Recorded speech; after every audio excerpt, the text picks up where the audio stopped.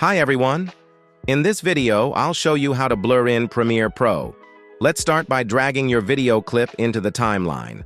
Once that's done, go over to the Effects panel. In the search bar, type Gaussian Blur.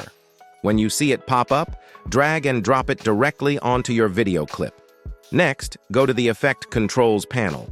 You should see the Gaussian Blur effect listed there. This is where we'll adjust the blur settings.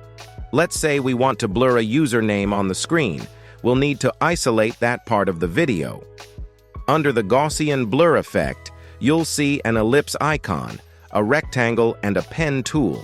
Choose whichever suits the object or area you need to blur. For this clip, I find the rectangle is most suitable, so I will choose the rectangle mask.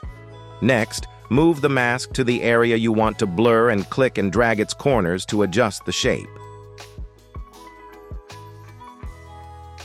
Once you have the mask in place, find the blurriness option under Gaussian Blur.